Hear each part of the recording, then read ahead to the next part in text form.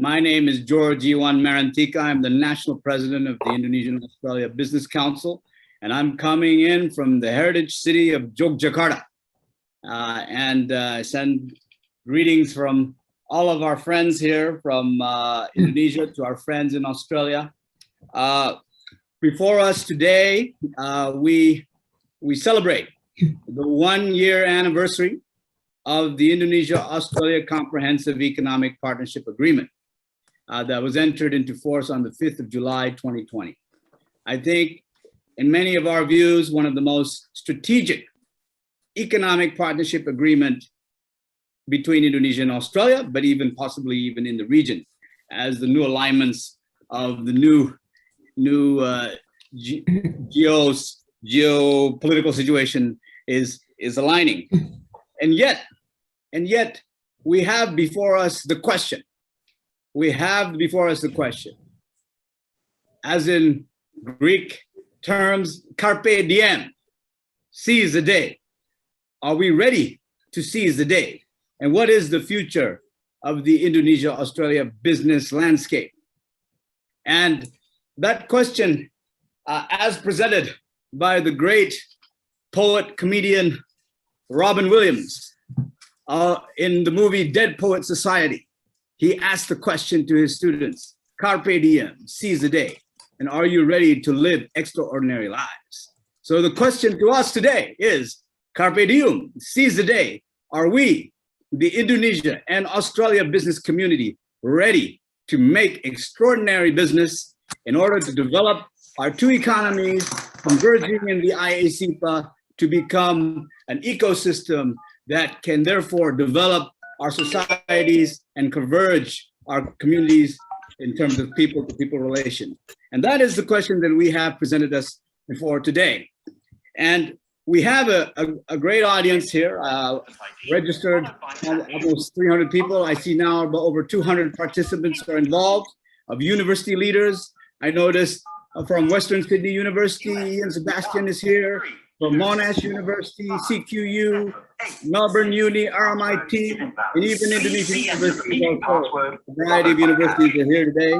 Business leaders, and also I would like to recognize the two ambassadors who are involved today, Ambassador Designate Kenny Williams and Ambassador Chris Lagoa, who are also participating today in listening in to this webinar, including the Council Generals. I've noticed Council Generals from Indonesia and also from Australia, who are in Indonesia, are also with us today. So we have a good crowd here, a good group of people, leaders from universities, academia, business, and also government. So I think a good triple helix, you might say, group here. And with that, I would like to now allow my counterpart from our sister organization, the Australia-Indonesia Business Council in Australia, Mr. Phil Turtle, the national president, to lead into the Zoom room. Go ahead, Phil. Well, thanks very much, Pak George, for the very kind introduction. As National President of the Australia-Indonesia Business Council, it's my very real pleasure to be with you all today for this special event marking the first birthday of IA-CEPA. And in particular, an honour to be jointly hosting this event with our dear friends at our sister organisation, the IABC. Echoing George's acknowledgements, I thank you all for being with us at quite short notice, and make welcome our VIP speakers in Minister Tian and Bappenas Deputy for Economic Affairs, Ibu Amalia, representing both the Australian and Indonesian governments. It's wonderful to have watching on our Australian Ambassador Designate in Jakarta, Penny Williams, and also my very dear friend, Indonesia's Ambassador Lagoa in Canberra.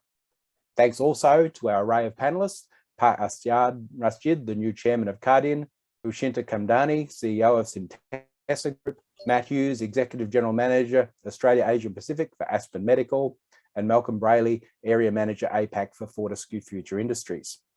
Thanks, of course, for all your support and participation. Our marking of the entry into force of IA-CEPA just over 12 months ago with then Trade Minister Birmingham was one of our first virtual forums and drew an audience of some 1,700 viewers in both countries. Now, such virtual events have become commonplace, allowing us to bring people together from diverse locations around the region. As much as we've all missed face-to-face opportunities, we've been fortunate to have such digital tools available to keep the global economy moving and the spirit of IA-CEPA alive. Despite the COVID-imposed limitations on travel and our way of life more generally, it's been heartening to observe the continued activity bringing Australian and Indonesian businesses together. Those on our panel today have been at the very forefront of this, and I certainly look forward to their updates and perspectives. Apart from those we'll hear from today, we've heard a lot about Monash University, who are well on their way to opening the first campus of a foreign university in Indonesia. Our dear friend Andrew McIntyre will soon be taking up his post in Jakarta, heading up Monash Indonesia, with master's classes commencing early in October.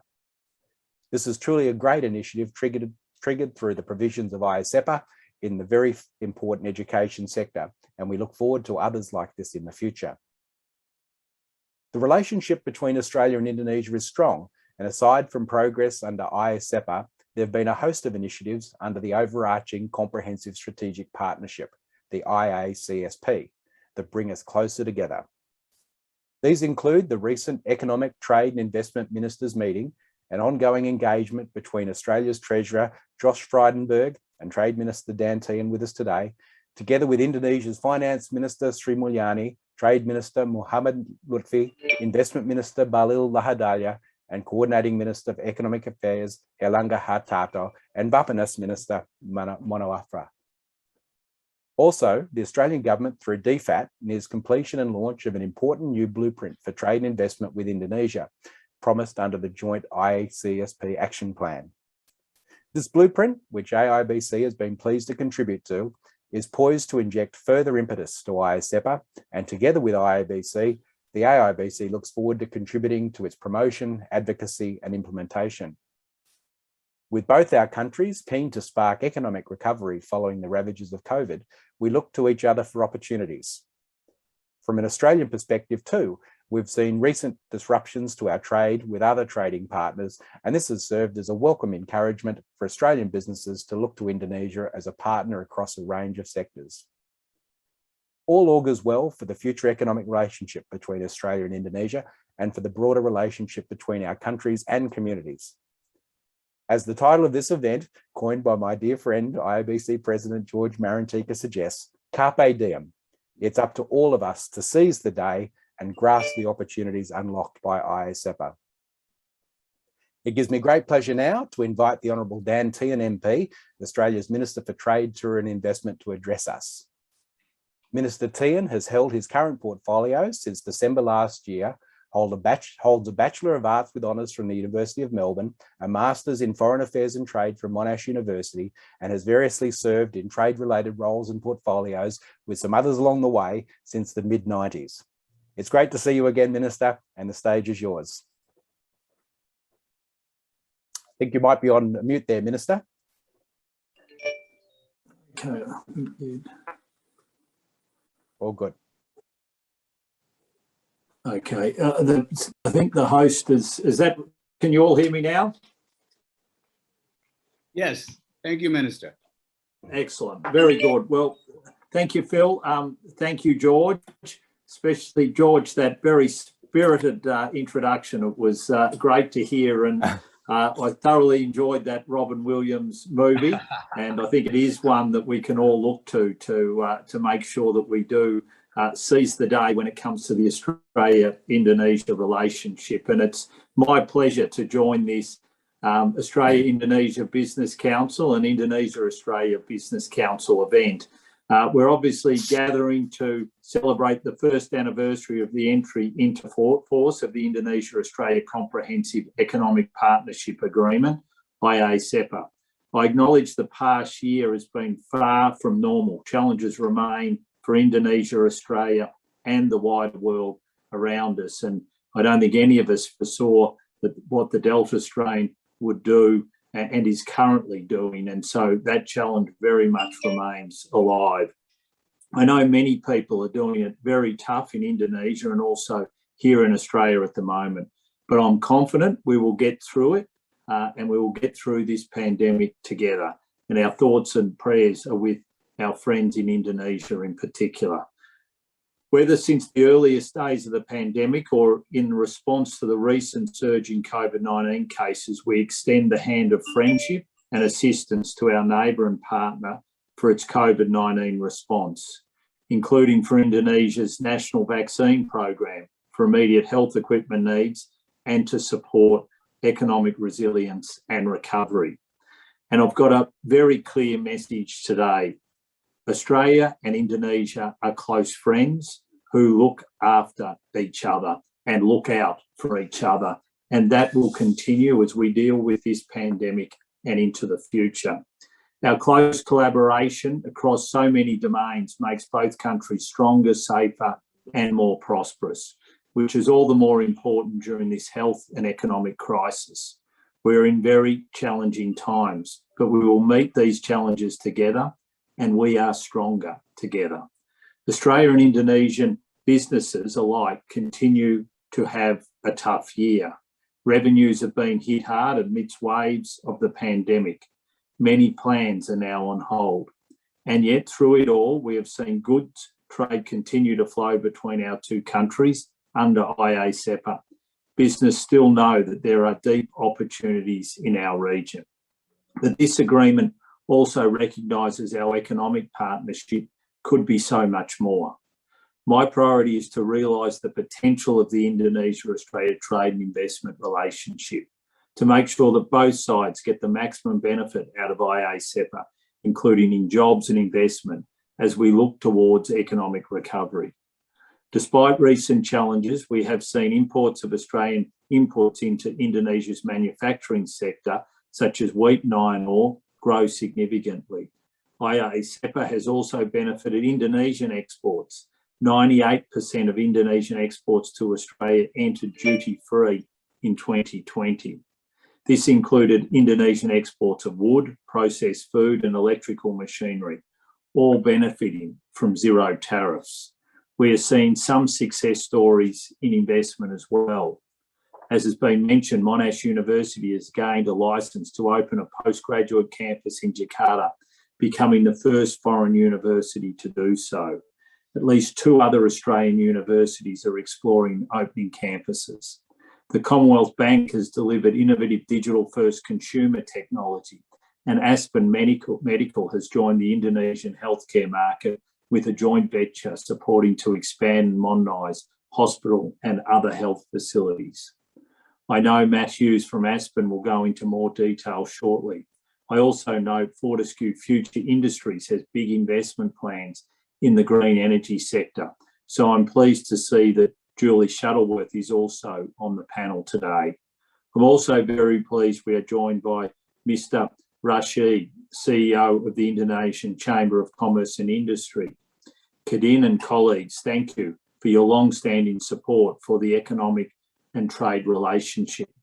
I would like to see even more business from Australia and Indonesia jointly develop and supply a range of goods and services into regional and global markets, drawing on their respective strengths.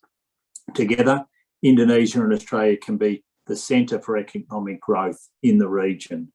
We know to achieve IA-CEPA economic powerhouse objectives will require strengthening business-to-business ties. And we have come to the party on this through the new $40 million IA-CEPA economic cooperation program, Catalyst. Through Catalyst, the Australian and Indonesian governments are working together to help businesses identify and kickstart new investments to create jobs, enhance inclusion, and increase prosperity in Indonesia and Australia. I had the honour of launching Catalyst with Minister Mono Arfa at the inaugural Indonesia-Australia Economic Trade and Investment Ministers meeting on 6 July. I'm excited to see what our two countries can achieve through Catalyst. I encourage Australian and Indonesian business to engage with the opportunity this program presents. To complement IA-CEPA, we will soon launch a blueprint for trade and investment with Indonesia, and I expect that to be launched in either September or October. The blueprint will encourage Australian business to pursue engagement in areas where their capabilities align with Indonesian needs for mutual benefit and to support our combined post-COVID economic recovery. I'm also convening an inaugural Indonesia-Australia CEO roundtable in the coming months to highlight opportunities to deepen commercial partnerships.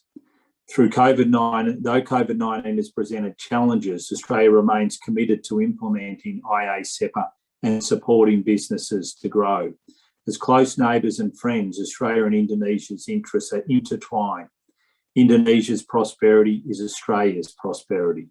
Looking to the future, if I can make one final point to our friends in the business community, COVID has disrupted many aspects of business, but this disruption is an opportunity to take stock, to look with a fresh perspective at the opportunities on our very doorstep, and to consider taking advantage of the benefits of IA-CEPA to provide and emerge from this pandemic. We have more work to do and there are more challenges ahead, but I am optimistic. It's been a pleasure joining with you today. And to let you know, I also had a very good discussion during the week with Minister Lutfi, and we committed as well to making sure we're doing everything we can to enhance the partnership as we celebrate this 1-year anniversary. So all the best with the rest of your meetings and discussions today. I thank you for organising this, and I look forward to continuing to work with you over the months and years ahead. Thanks very much. Well, thank you very much, Minister, and thanks for being with us today from your lockdown or your quarantine in Canberra. Thank you for all you do to advance the trade, tourism and investment relationship between Australia and Indonesia, and for all the great support you give to our organisations as well. So thank you once again. We'll of course look forward to welcoming you again in the future. I'm sure there'll be much for us to talk about in the future. So thanks again, Minister. With that, I'd like to hand back to Pak George to introduce our next speaker. Thank you. First of all, I'd like to thank also Minister Diem for your remarks. I just got text. I noticed quite a few business leaders are on this chat today, or this Zoom webinar today, and they all responded very positively to your remarks, Minister. Obviously, we have, as Phil said, the CEO of Sintesa Group, Ibu Shinta Kamdani here, a major player in Indonesian industry, and also I noticed a text from Juan Permata Adu, one of the leaders in agriculture and cattle in Indonesia here today. So they are all, I think, industry leaders that are on this group are very appreciative, Mr. Tihan, of your remarks, and that has motivated us to Carpe Diem, seize the day. Thank you, Minister. Thank you. And, thanks very much. Thank you, Minister. Thank you. And now, on behalf of the Bapenas, the Deputy Minister of Bapenas, Ms. Amalia Andinigar Widyasanti, whom is an Australian alumni, I just found out, from Melbourne Uni, will provide remarks on behalf of Bapenas. Ibu Amalia, the Zoom floor is yours. Thank you, Pak George. Excellency Australian Minister of Trade, Tourism and Investment, Minister Dan Tehan. Nice to meet you, Minister, and good morning. National President of Indonesia-Australia Business Council, Mr. George Irwan Marantika. National President of Australia-Indonesia Business Council, Mr. Phil Tarto. Chairman of Indonesia Chamber of Commerce and Industry, Mr. Arshad Rashid. Chief Executive Officer of Sintesa Group, Ms. Shinta Kamdani. Executive General Manager of Australia, Asia and Pacific Aspen Medical, Mr. Matt Hogus. Chief Executive Officer of Fortescue Future Industries, Ms. Julie Shuttleworth. Area Manager of APAC, Mr. Malcolm Brayley. Distinguished participants, ladies and gentlemen, a very good morning for all of us. On behalf of my Minister of National Development Planning, Head of National Development Planning Agency, Bapenas, I would like to convey the Minister's speech on behalf of him to all of you. We are pleased to be here to celebrate together a 1-year IA-CEPA anniversary. Since many years ago, Australia and Indonesia have been establishing a very close relationship and partnership as neighboring countries and trade partners. Australia and Indonesia have been working on numerous cooperation from combating human trafficking, countering terrorism, maritime cooperation, and others. Additionally, Indonesia and Australia have carried out multiple programs and cooperation and have been working very closely in the global fora such as G20 and APEC. As a trade partner, Australia is our 13th largest of Indonesian export market, accounted for $2.5 billion in 2020 and representing about 1.5% of Indonesian export. Indonesia's export to Australia increased by 7.6% in 2020, even though in the midst of COVID-19 pandemic. And this is a good news for us. On the import side, Australia is actually among the top 10 largest source of Indonesian import, accounted for about $4.6 billion in 2020, and it is representing about 3.3% of Indonesian imports. We are pleased to see that in 2021, the trade between both countries has even increased more, following the global and Indonesia's economic recovery. As of May 2021, Indonesia's export to Australia reached $1.4 billion, or increase around 50% from the same period last year, mainly due to the increase of export in precious metals such as gold and silver, wood products, as well as machineries and electrical equipment. On the other hand, Indonesia's import from Australia until May 2021 has reached as much as $3.5 billion, or increased around 71% from the same period last year, which is mainly due to the increase of import in iron ores, live bovine animals, and also cane sugar. Ladies and gentlemen, Australia and Indonesia involved in a regional trade agreement, namely ASEAN, Australia, New Zealand, FTA, or we call it UNCTAD. Moving further for achieving more, Australia and Indonesia had a breakthrough to have a deeper engagement in a bilateral economic cooperation agreed by both Indonesian President and Australian Prime Minister in 2010. This deeper economic cooperation is called Indonesia-Australia Comprehensive Economic Partnership Agreement, or we call it IA-CEPA, which is aimed to strengthen economic partnership between the two countries, as well as to create mutual benefits and reduce development gaps of both countries.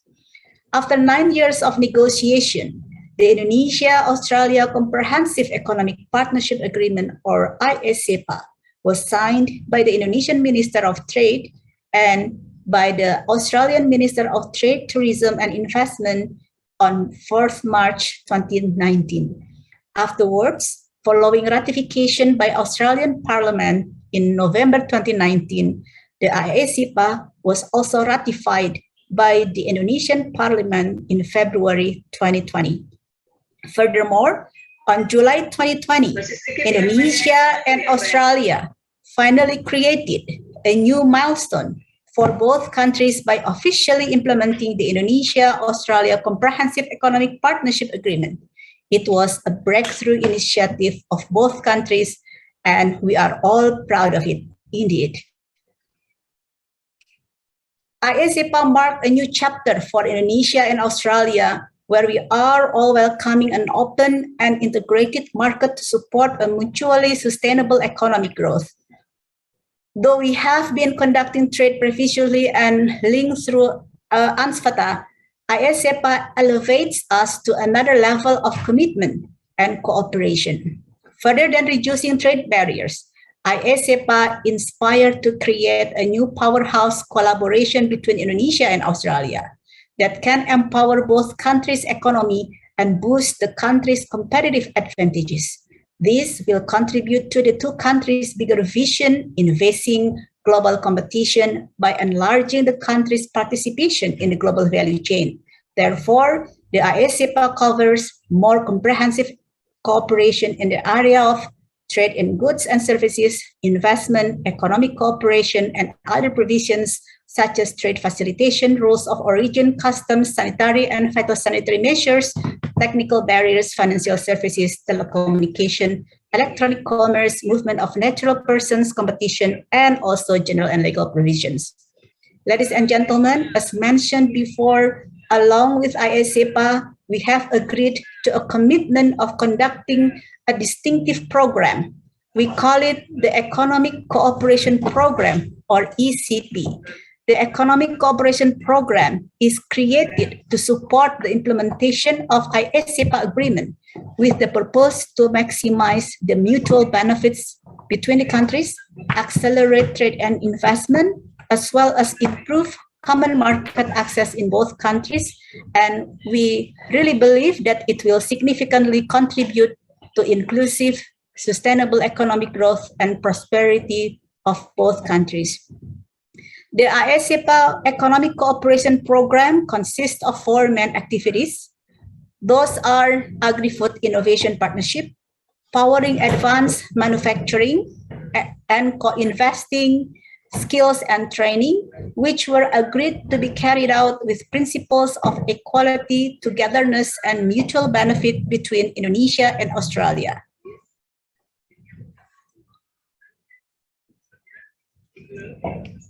Indonesia, with its vast land and various agricultural products, is hoping to catch up with Australian standards to be able to enter the Australian market. And Australia, with its advanced technology, will also expected to support Indonesia in enhancing the productivity of our agricultural sector.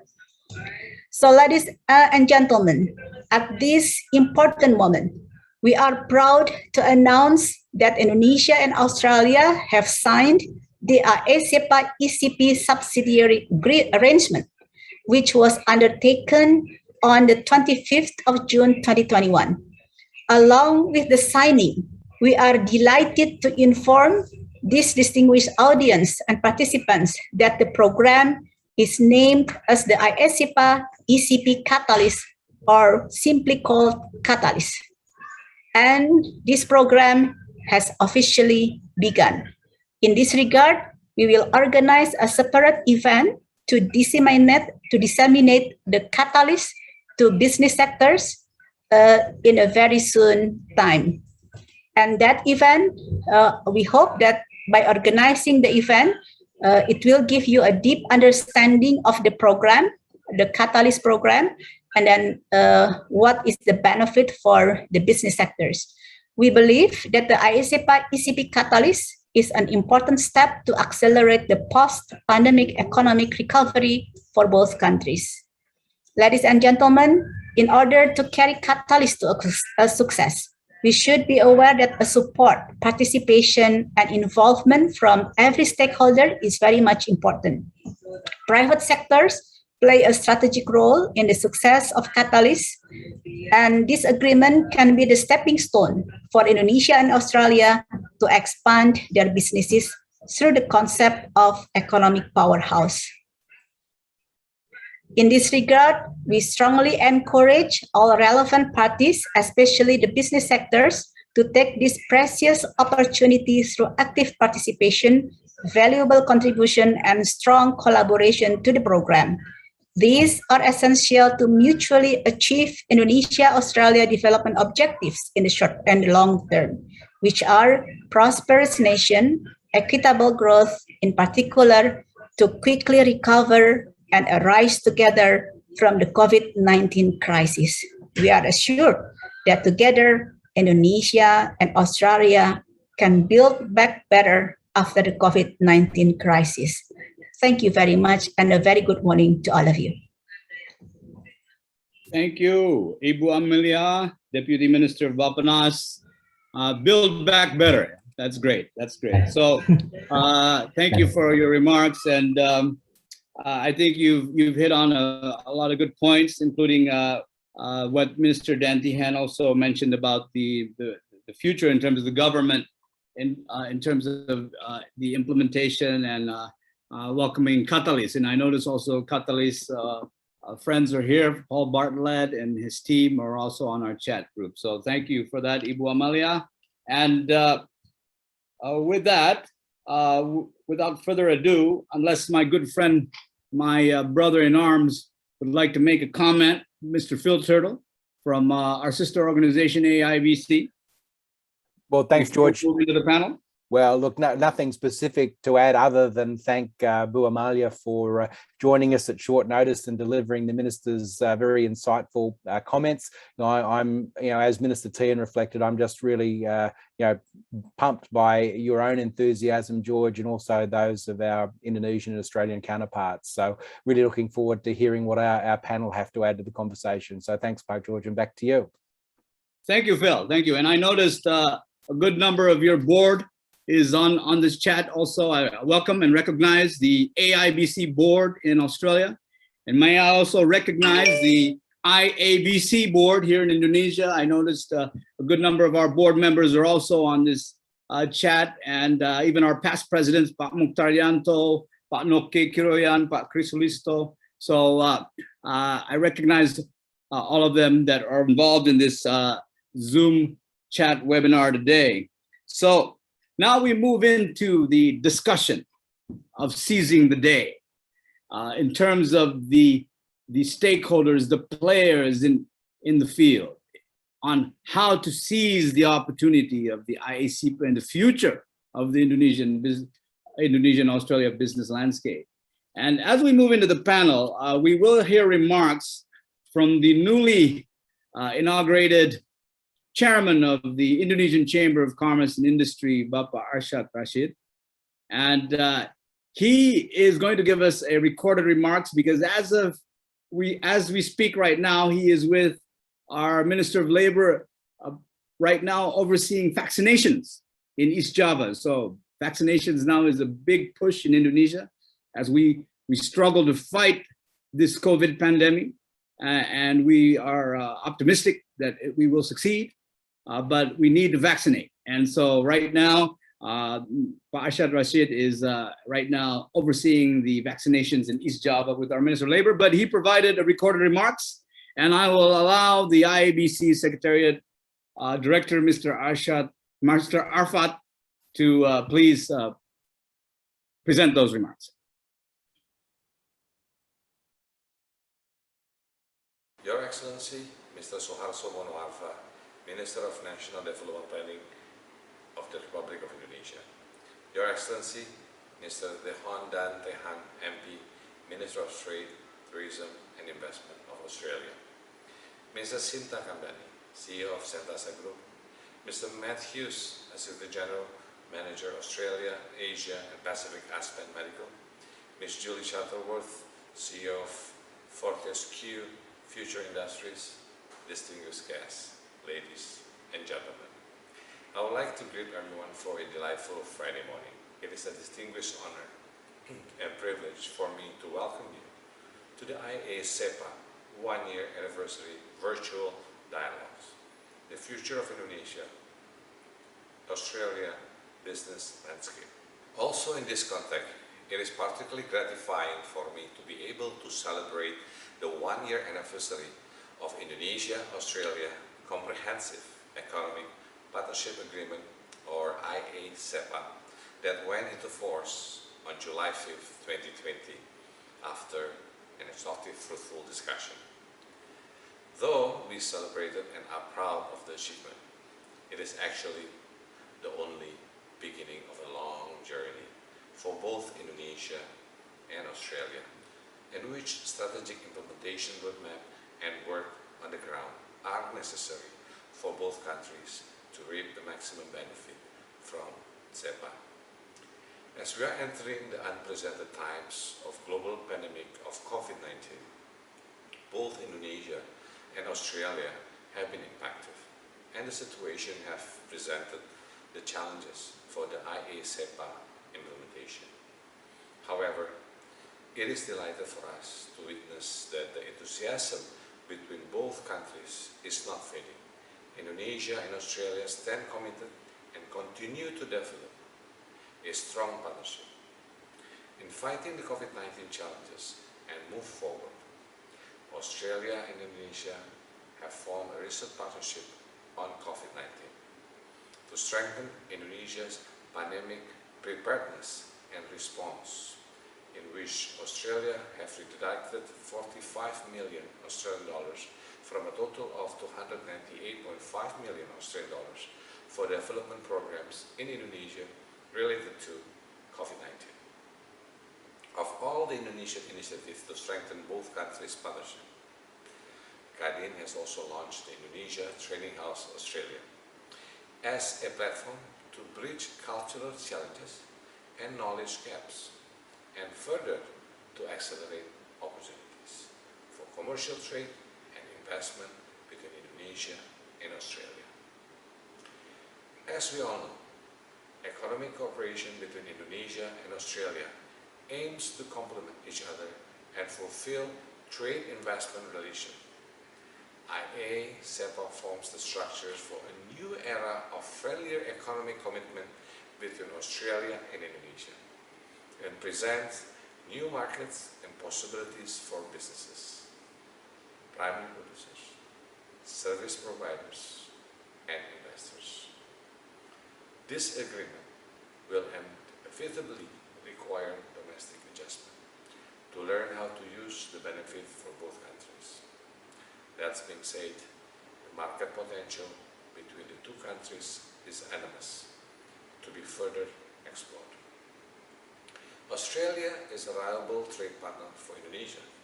In 2020, the total trade between Indonesia and Australia reached $7.15 billion, with the export value amounted to $2.5 billion, and the import value was around $4.6 billion. Some commodities which are exported to Australia from Indonesia are natural pearls, wood, machinery, and apparel accessories.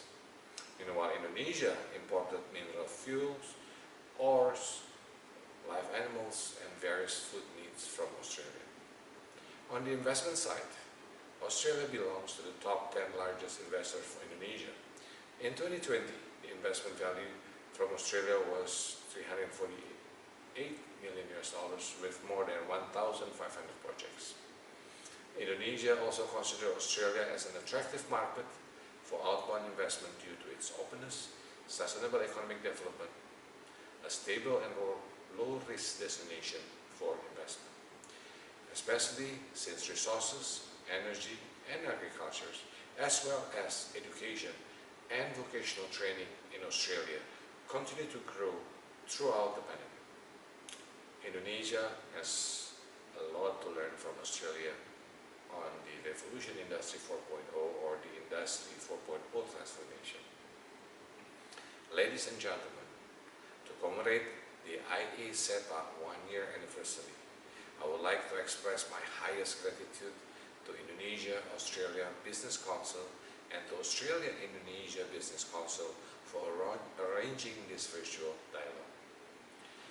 Even though we met virtually, our desire to work together will be realized as soon as possible in order to support economic growth.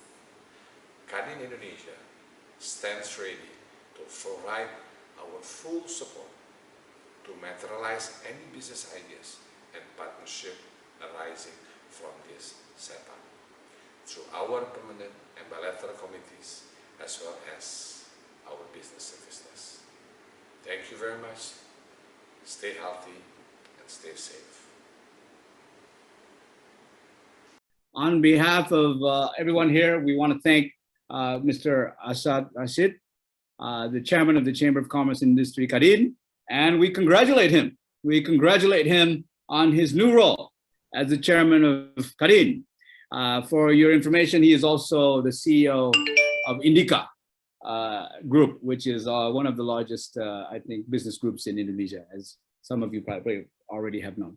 So now we move forward into the next item of discussion, and that is the panel itself. And we have with us to discuss this very unique issue, or interesting issue, and that is the future. We're talking about the future. So seize the day for the future of the Indonesia-Australia business landscape. And we have a great panel today consisting of business leaders from Indonesia and Australia. And that is, first we have Ibu Shinta Kamdani, the CEO of Sintesa Group. And I can also say, she's had a major role in the last few years in really promoting and advocating the IA-CEPA, the Indonesian and Australia Comprehensive Economic Partnership Agreement. But her business group itself is one of the largest and also one of the oldest business groups in Indonesia, probably over 100 years now in existence in Indonesia. So we have Ibu Shinta Kamdani, and we have also Mr. Matt Hughes, the General Manager of Australia, Asia, and Pacific from Aspen Medical, who's made a lot of news in the last year. And I'll allow Mr. Matt to then share what Aspen is doing and how he sees health, the future of the Indonesian and Australian business landscape from a health sector. And then we have also Mr. Malcolm Braley from Fortescue Future Industries. And obviously Fortescue is one of the largest business groups in Australia. And we'll hear from him what the future of the Indonesia-Australia business landscape looks like. So, my friends, if you don't mind, we'll have ladies first. And Ibu Shinta will begin to share with us, again, what she sees as the future of this Indonesia-Australia business landscape. And again, to the audience, behind the scenes, Ibu Shinta has been very, very instrumental in advocating the success of IA-CEPA throughout the years. So, Ibu Shinta, I give the Zoom floor to you. Thank you very much, George, and thank you, ladies and gentlemen, for the opportunity to be sharing today.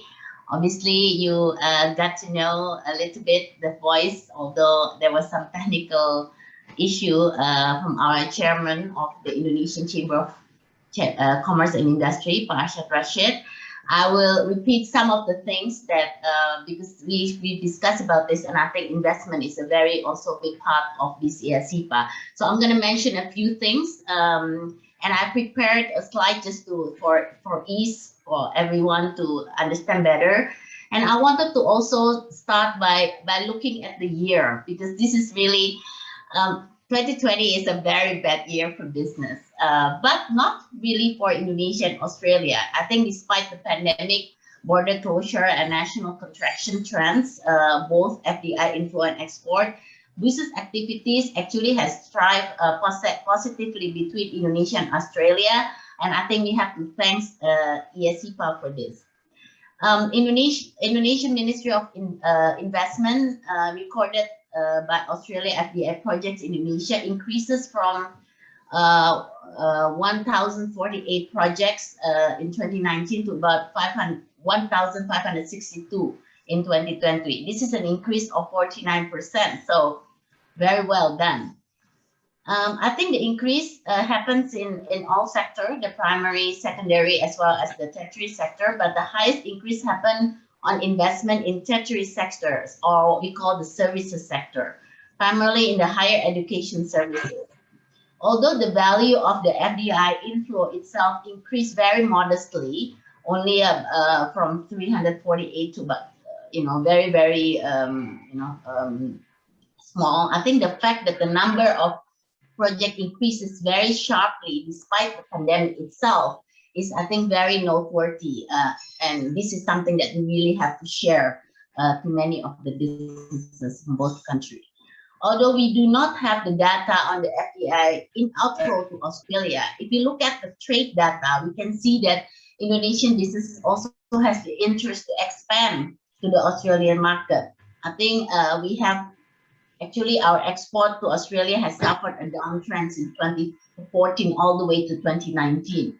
However, despite the overall export contraction in 2020, Indonesia export to Australia is one of the few partners with whom Indonesia has a positive export performance. I think this is notable. And Indonesia overall export in 2020 declines by 17.3%, but Indonesia export to Australia increased from 2.32 billion in 2019 to 2.5 billion in 2020. So about increase of about 8%. Australia export to Indonesia also declines by 15.7% in 2020, but mainly caused by Indonesia's severe import contraction in fuel and coals. So for the FDI chart here, I just want to share with you the primary sectors, of course, is investment in agriculture, plantation, forestry, fishery, and mining sector. Secondary sector will be investment in manufacturing sector, and the tertiary sector is investment in the services sector. So I wanted to just share some of this data with you. On the next slide, I think we all know that the IA-CEPA, in the next slide, the IA-CEPA primary goal is to form and strengthen supply chain between Indonesia and Australia through trade, investment, and of course economic cooperation. On the supply chain perspective, I think the greater trade signify the better or deeper supply chain between the trading countries. So IA-CEPA specifically grant greater market access in the form of tariff elimination and greater import quota both for Indonesia and Australia, as seen in the graph. But most goods that is granted greater market access under IA-CEPA indeed have a better export performance in 2020. And sign of the successful supply chain formation can be seen in trade on sugar, iron ores, dairy product, wood article, furniture, and herbicide. All products exported by Australia in this chart are granted greater import quota by Indonesia, and supply chain formation is aimed, if you see cereal, dairies, and sugar importation from Indonesia F&B manufacturer, industry, and its export. Now, all products exported by Indonesia in the chart are granted tariff elimination, so 0% by Australia on entry into force. And this is, I think, aimed at the pesticide export to supply Australian agriculture industry, and also aim to export of wood products and furniture to supply Australia real estate industry. Now, although the IA-CEPA has demonstrated some form of benefit in the supply chain, the truth is it has actually not really been fully implemented due to the pandemic disruption.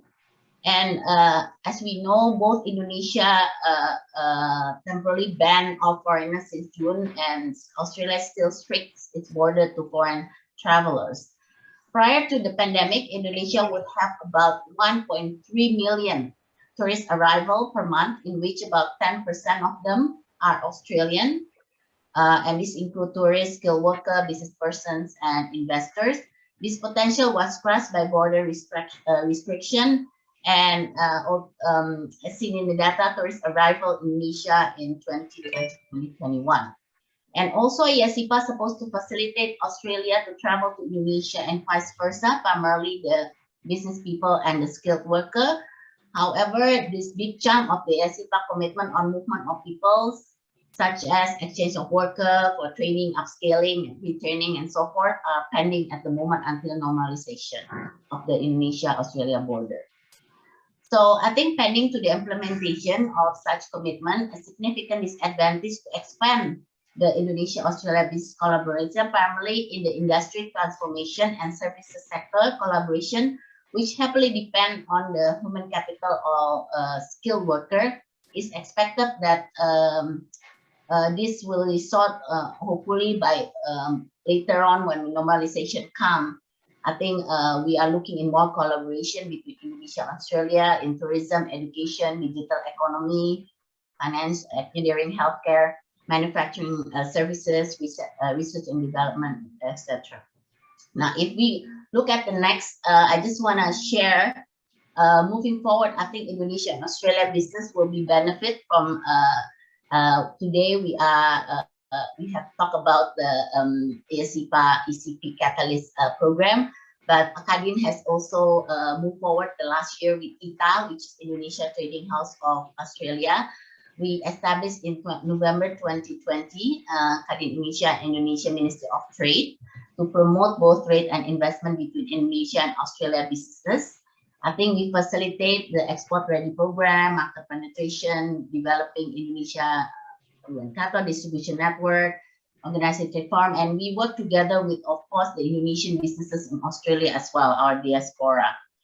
And I think this will continue to work on. We have of course, the online digital platform, as well as I think in Australia, some offline forums has been happening, and we want to showcase more of our SMEs products as well. And I think Catalyst, will definitely boost and support more of this, how we can look at the IA-CEPA in the future. I think we can definitely deepen the market integration on the export commodity, especially on the agriculture, and connecting business for workplace-based training and the digital health and tourism. Of course, a lot of this will definitely help. I wanted to also touch about the advanced manufacturing on the EV industry, because this is something that I think the association, the Car Manufacturing Association also are working with us to really how we can look at more export for the EV cars to Australia. So these are just some, I want to just close by some key driver for successful powerhouse through IA-CEPA.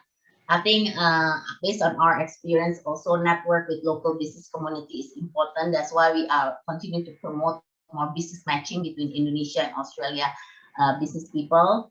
We have to do the homework. I think business exploration and the market intelligence is very, very important.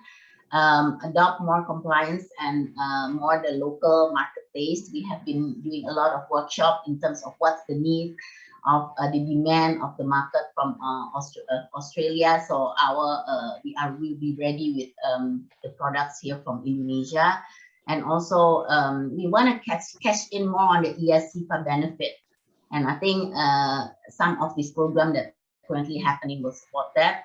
And I think I want to reiterate to utilize the omnibus law benefit and incentive. I think we have tax holiday, tax allowance and so forth. We'll be launching on Monday our next of the one single submission on the risk-based approach. So this is going to be a completely new reform for Indonesia in terms of simplification of all the licensing and so forth to make easier for businesses to do business in Indonesia. So I think many of the omnibus law reform are taken place already, and I think investor can definitely take advantage of this. And last but not least, have a trusted local partner. I think we, from Business Indonesia, my experience also in the Synthesis Group is very clear that without a trusted local partner, it's difficult for us to accelerate our cooperation and to really boost the business opportunity that lies ahead. So that's a little bit for me to share, George, and of course, I'm happy for more discussion later. Thank you. Thank you, Ibu Shinta. So a very great outlook, I think, for the future. You've identified digital economy, you've identified health, and you've identified actually advanced manufacturing or EV, and that could be an interest of the new landscape of the bilateral economic relationship and business-to-business relations between Indonesia and Australia. So thank you, Ibu Shinta, for those for that presentation and those remarks. And again, thank you for your role in advocating IA-CEPA throughout the years as we celebrate this 1-year anniversary of IA-CEPA. And Ibu Shinta and friends in this webinar, in this Zoom, to continue, now we have with us a group representing a health group from Australia that has made a lot of news in Indonesia. And we're very happy to hear their involvement in Indonesia. So we have with us Mr. Matt Hughes, the Executive GM of Australia Asia Pacific of Aspen Medical. And obviously you're coming in from the health sector. Hi, Matt. And so please share your views and outlook of of where you see the future of the Indonesia-Australia business relationship will shape into. Matt, the floor is yours. Thank you, Pak George. And good day, my Minister, Deputy Minister, Ibu Amalia, distinguished guests, ladies and gentlemen, and of course AIBC and IA-CEPA for this opportunity. I did prepare a couple of slides, if I could get some assistance with having that shared. Thank you. I thought perhaps the first thing I should do was just explain who Aspen Medical is and what it is that we do around the world as a starting point. So once again, thank you. We'll go to the first slide, please. So Aspen Medical is a health solutions company. We're based out of Australia, 100% Australian owned. In fact, we're 100% Australian veteran owned. We've been around now for about 18 years, and essentially we are an end-to-end health services solution organisation, which means that we, if it's within the sphere of health, we attempt to deliver it, and we usually do it fairly well too.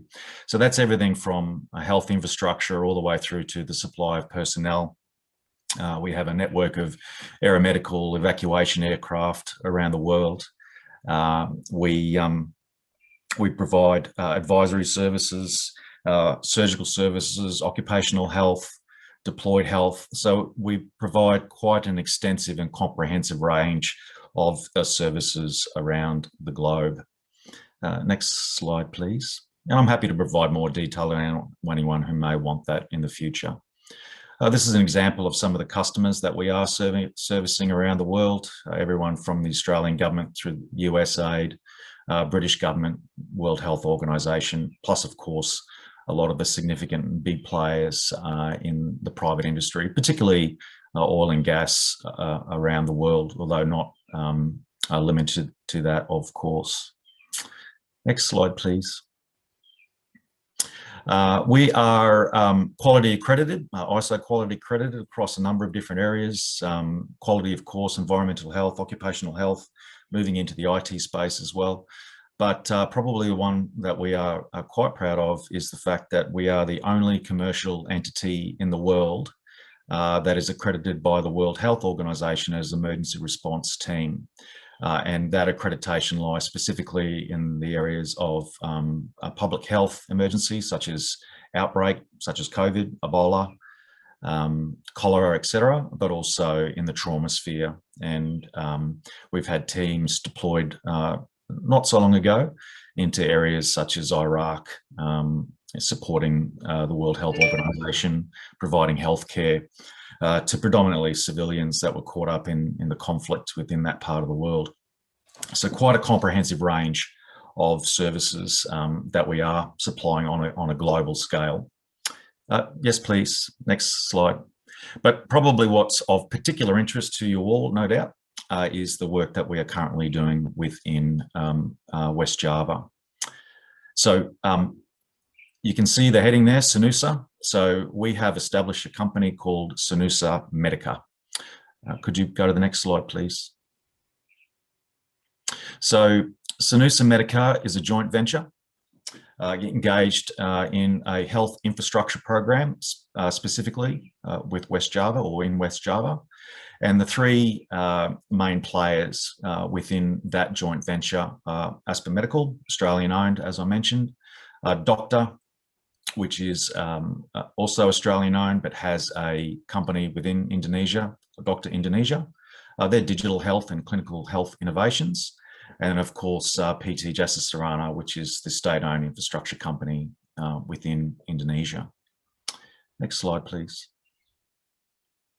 So Sanusa Medica, what is it that we are attempting to achieve? So essentially over the next 25 to 30 years, we've been tasked under a gubernatorial assignment from the West Java government, Mr. Ridwan Kamal, to establish up to 650 modular or mobile primary healthcare clinics, plus 23 hospitals to an international standard. So this is specific to West Java. So not only have we been tasked with this significant and really nation-building opportunity in terms of infrastructure and construction, it's also about building the frameworks, the networking as well. Next slide, please. So we are in the very early stages of the program, and I reiterate that it's not only the construction and the manufacturing of these particular elements, it's about building the systems and processes and the platforms, it's about operating the hospitals, it's about managing the hospitals, and it's about bringing the hospitals and the entire network up to a particular standard. So at the moment, we're looking at a number of phases. The first phase consists of 2 hospitals. The first hospital being in Subung Hospital, which is a type A hospital. It's around 250 beds, approximately 60 million USD. And we're hoping to have that certainly under construction and close to completion in 2024. I mentioned a phase process.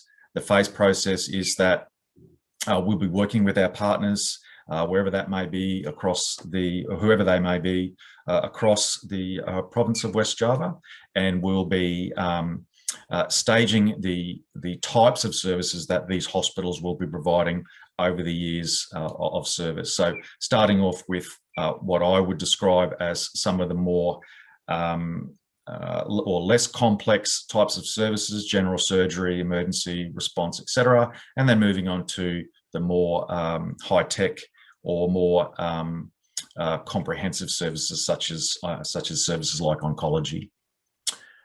Next slide, please.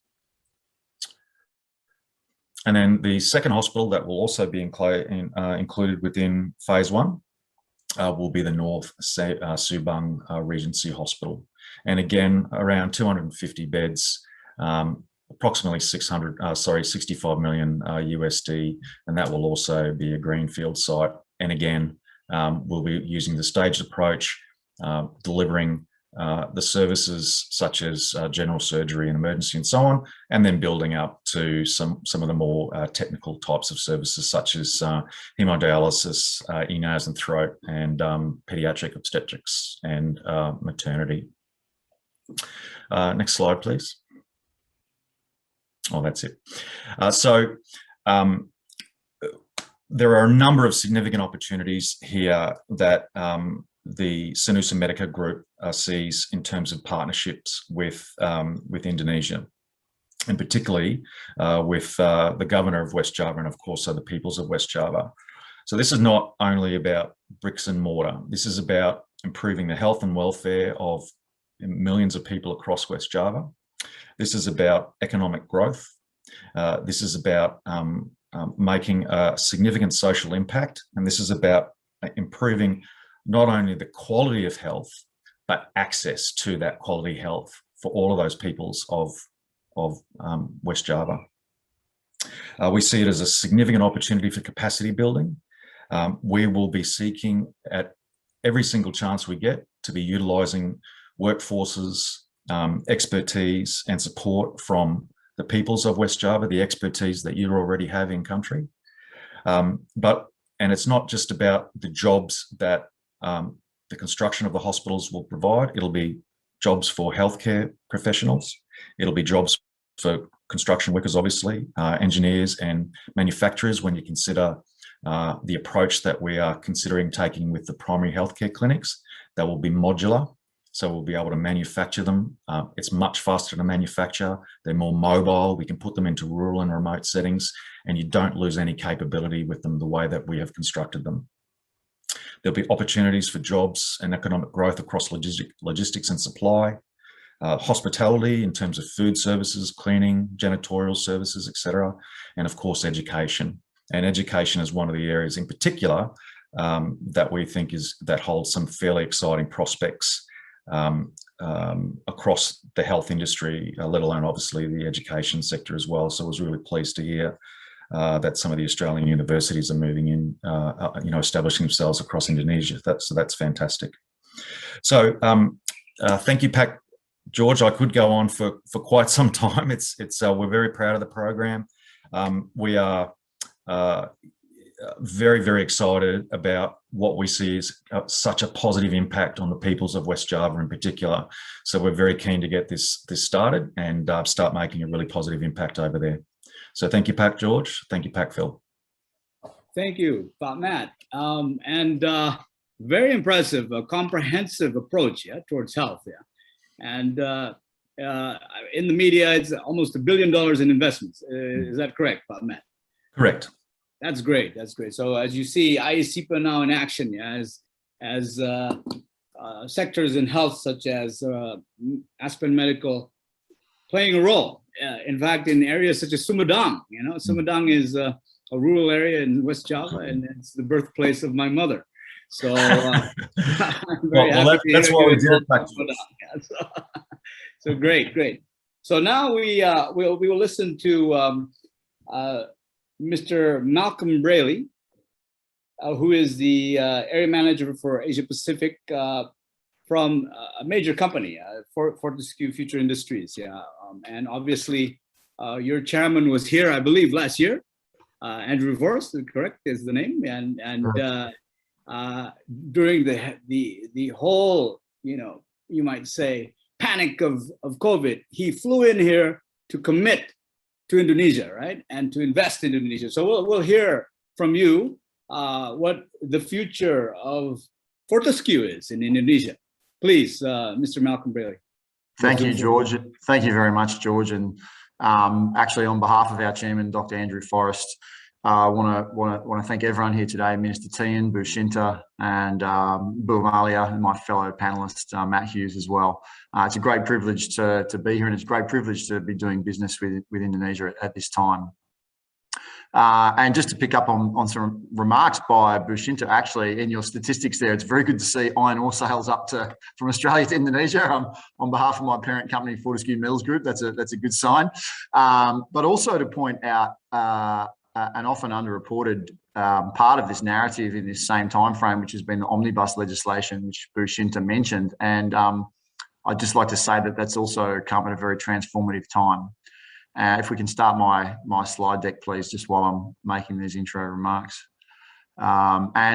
Fortescue is another new entrant to the Indonesian economy. We basically have, Pak George, commenced our journey at the same time as IA-CEPA almost a year ago. So this is a very timely presentation for us too.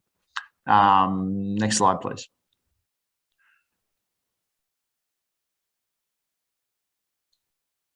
And that's just hold there.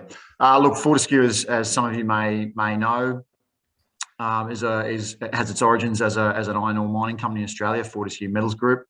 We are one of the top ASX firms over the last 20 years, and we like to feel that we've transformed the global iron ore industry. We have a $60 billion market capitalisation, and an important number there also on the bottom right of the screen is 35 billion of debt raised and repaid since our inception only a short while ago. At the moment, through Fortescue Future Industries, we're looking to actually transition the global energy economy. And we want to move to green hydrogen and green energy because we believe that the world must start that journey to a zero carbon future. Fortescue is currently the first company to establish a global supply and demand of bulk green hydrogen. And that's been led by our own parent company in Australia, FMG, who's committed to decarbonise our complete mining operations by 2030. Because of that, we have a lot of experience in large, complex projects. And what we're bringing to Indonesia is not just our investment, but also our project management mindset. Next slide, please. Our leadership here, Dr. Andrew Forrest is our chairman, of Elizabeth Gaines, CEO of Fortescue Metals Group, and again, Julie Shuttleworth, who again, apologies, she was meant to do this presentation and I've stepped in for her today. She's the Deputy CEO of FMG and the CEO of FFI. Next slide, please. Who are we? Well, Fortescue is actually 4 organisations under what we like to think of as one family with shared values. In the middle there, you can see the more well-known Fortescue Metals Group, iron ore company, Fortescue Future Industries, which is now leading the charge globally on renewable energy.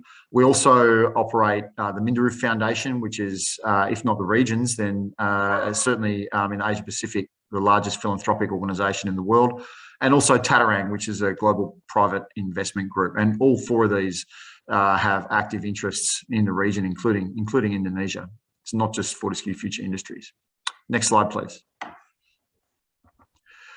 At FFI, though, we want to be a game changer, and you would have seen in the press, and you're right, Pak George, our chairman, has actually visited Indonesia twice in the past 12 months to kick off this work and to meet at the highest level with Indonesian government. And that's important because we want to establish in Indonesia both the supply and demand. We're leading by example here, and we aim to be the only whole of industry green hydrogen player at a global industrial scale. My work leading the business in the Asia Pacific is mirrored by work in the Americas and Africa, and we're also working very hard at the market perspective in Europe and also North Asia. Importantly, that Fortescue Future Industries will be both the developer, financier and operator of our green industry, energy and hydrogen, and that's including what we're going to be doing in Indonesia. It's a full end-to-end industrial investment. We're going to be producing green hydrogen at scale. Our target for this region is 50 million tonnes of GH2 to the world by 2030. Next slide, please.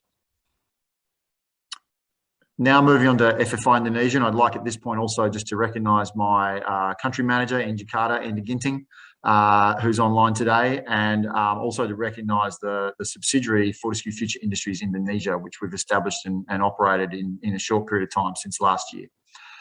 We've selected Indonesia as a key partner to become world leaders in zero carbon fuels and industrial products. And this is a very special period of time because we're looking to produce green hydrogen and ammonia from hydropower, both in Kalimantan and also from projects in Papua. And not on this slide, but we're also very closely considering Indonesia's geothermal potential. And as with all our operations worldwide, we're not discounting solar and wind potential, although in the Southeast Asian region, they're perhaps less well known than others. Next slide, please.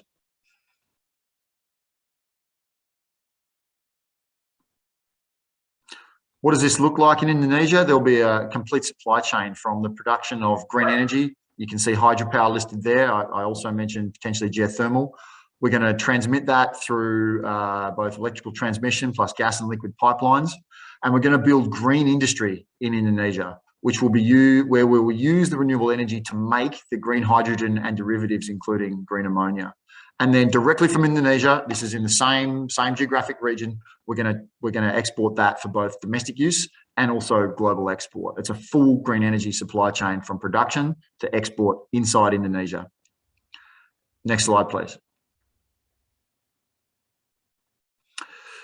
Fortescue has a very strong commitment to thriving communities, and with all our investments come some very important principles that we insist on, including equal outcomes for girls and boys in education and employment, zero forced or compulsory labour, no modern slavery in any workplace at any stage of the supply chain, and also zero forced marriage and zero child marriage. And these are very important global human rights principles, but we insist on this in all our investments, including Indonesia. Next slide, please. The benefits to Indonesia through this investment, and I'm very proud to say as an Australian company, this is an important part of the bilateral economic relationship, is that FFI is committed to ensuring communities in which we operate benefit from our growth and development. We're going to be working closely with local communities as we continue our studies and investigations, which I'm very proud to say and pleased to say are already underway in Kalimantan and Papua, as I had on an earlier slide. We believe that investment in green industry will provide sources of revenue and investment for future growth and jobs for future generations. This is an intergenerational investment, not just about today. And this is a very important aspect of both our philosophy and our investment paradigm. And of course, at the sort of more micro level, we're going to work very closely with local communities in all our locations to establish training centres and long-term careers in what is highly likely to be brand new industrial opportunities and technological opportunities in terms of green hydrogen and derivatives. Next slide, please. FFI is a company operating on very strong values, and you can see those here. And I have this slide here because it's a very important part both of our workplace culture, but also our business culture with our partners. And next slide, please. And look, that's the end of my presentation. In summary, we're a very proud Australian company, and we're very proud also to be part of the Australia-Indonesia economic relationship. It was one of the very first countries that our chairman, Dr. Andrew Forrest, visited last year on his global journey and global search for renewable energy. And since that time, last August, I've been very proud to build a new company in Indonesia and to continue growing our investment there. Thank you, George. Thank you, Phil, and thank you to my fellow panelists. Thank you very much, Pak Malcolm. Very insightful and interesting. Yeah, green energy. So we look forward to see what we call in Indonesia sepak terjang. You speak Indonesian. Very good. Yeah. So we look forward to see the actions that you'll be taking because obviously Fortescue, a major company in Australia, one of the top 4, I believe, in the country. And we're very happy that IA-CEPA has motivated Fortescue to invest in Indonesia and obviously play a major role in building green energy and with the various industries that you'll be involved in Indonesia. Thank you, Pak Malcolm. So thank you, Pak. Thank you, Pak. So we had very good insight from our panelists today. And I also like to recognize Dr. Siswa Pramono, who just texted and commended the panelists. He is the head of policy analysis of the Director General of the Ministry of Foreign Affairs of the Republic of Indonesia. So friends, before I give the last remarks to our brother-in-arms, Mr. Phil Turtle, I would like to allow the panel, because this is a very distinguished panel here, to have their last words. And now we'll start on the other way around with Mr. Malcolm Rayleigh, and then Mr. Matt, and then Ibu Shinta at the very end. So please, Pak Malcolm, provide your last words.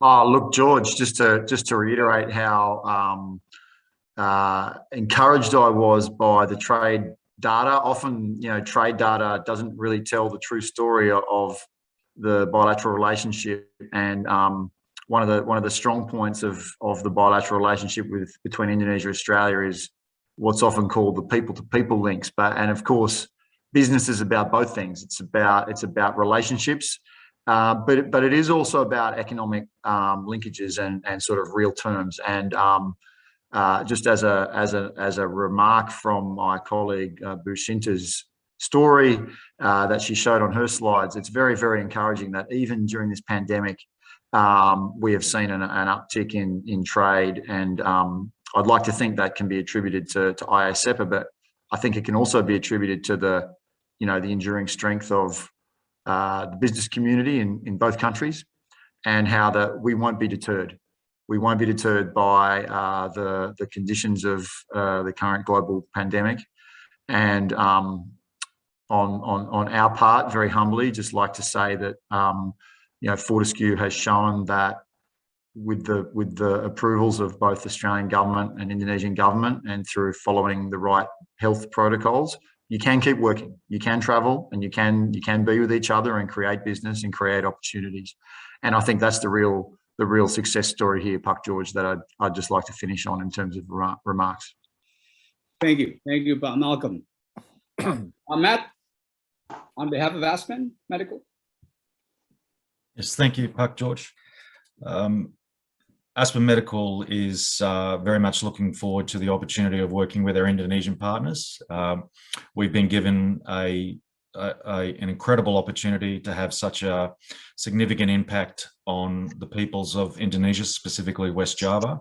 That's something that we're taking very, very seriously, and we are very much looking forward to having a a significant impact on the health and welfare of the people of Indonesia, in partnership, of course, with our Indonesian brothers and sisters. So thank you very much. And thank you for the opportunity to present Aspen Medical and what we are trying to achieve over in Indonesia at the moment. Thank you for that opportunity today. Thank you, Pak Man. Thank you. And Ibu Shinta. Thank you, George. I think the right word to represent all this will be collaboration. I think from the beginning of the start of even when prior to the negotiation, we have collaborate. I mean, Kadin, you know, all the business in Australia, the AIBC. I mean, you know, Phil, George, we have worked all along together with our government, with our respective government that has been very open and engaging. I think this is really why we have made it as far as today. And I think government has presented to us the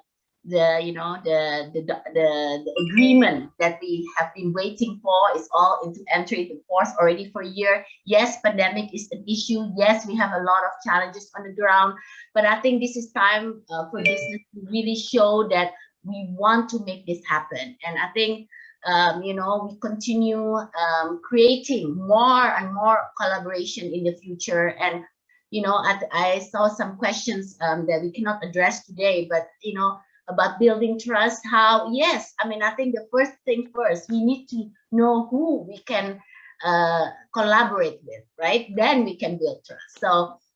So I think the more and more businesses that we bring in and we socialize more on what the advantage and how IA-CEPA can give impact to businesses that wants to take this opportunity. I think this is where our role is. So I look forward. I mean, I think I want to see numbers up despite the pandemic. You know, I want to see that continuing up. And I think we have seen many innovative, many creative, you know, solutions as well. And I think, you know, I'm sure, I think while always with crisis, there are opportunities. And I think this is where we always lies towards in how we can accelerate this collaboration and work together to make a better future.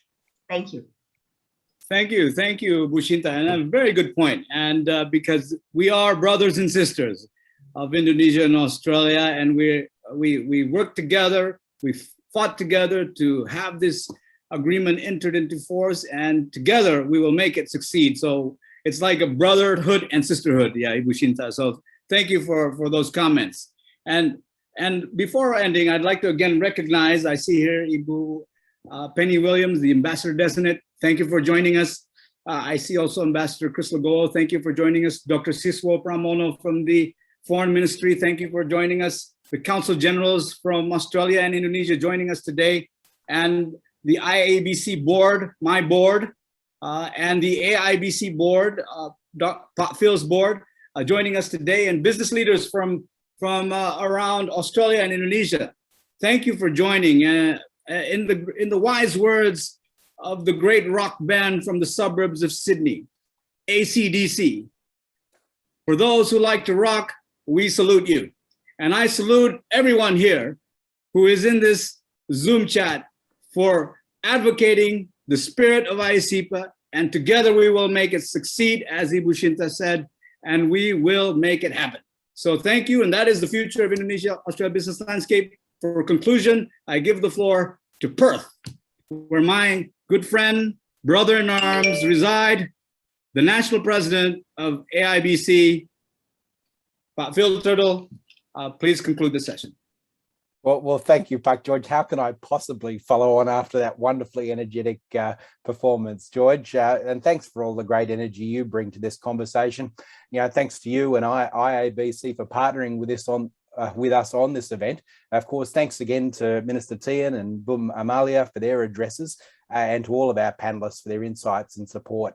It really was a great series of enthusiastic presentations, and I just look around my own screen and I can't mention everyone, of course, but it really is wonderful just to see so many great friends like Ibu Shinta, Ambassador Designate Penny Williams there in Jakarta, Pak Siswo, and of course Ambassador Lagoa, and so many others. You know, there are so many of us who've been long-standing, passionate supporters of the Australia-Indonesia relationship. Today's event as judged by many of the comments and the feedback we've been receiving throughout has been terrific. So thank you, everybody. Just in conclusion, importantly, thanks to everyone on this call, our AIBC and IABC members and friends who've taken the time to be with us today. That concludes our event. And until next time, Sampai Jumpa.